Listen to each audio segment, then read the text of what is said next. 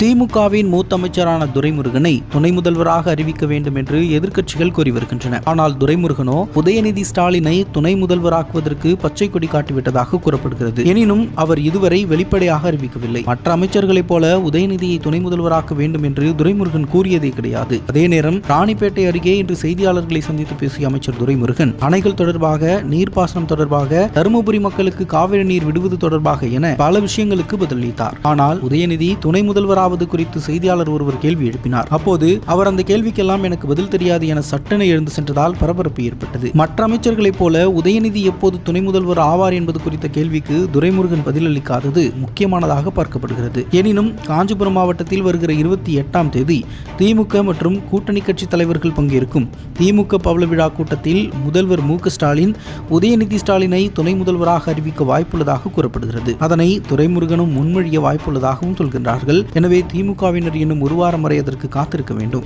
Sir, அமைச்சர் உதயநிதி ஸ்டாலினுக்கு துணை முதல்வர் பதவி தரணும் சொல்லி பெரிய இந்த கேள்வி மட்டும் தெரியும். அந்த கேள்வி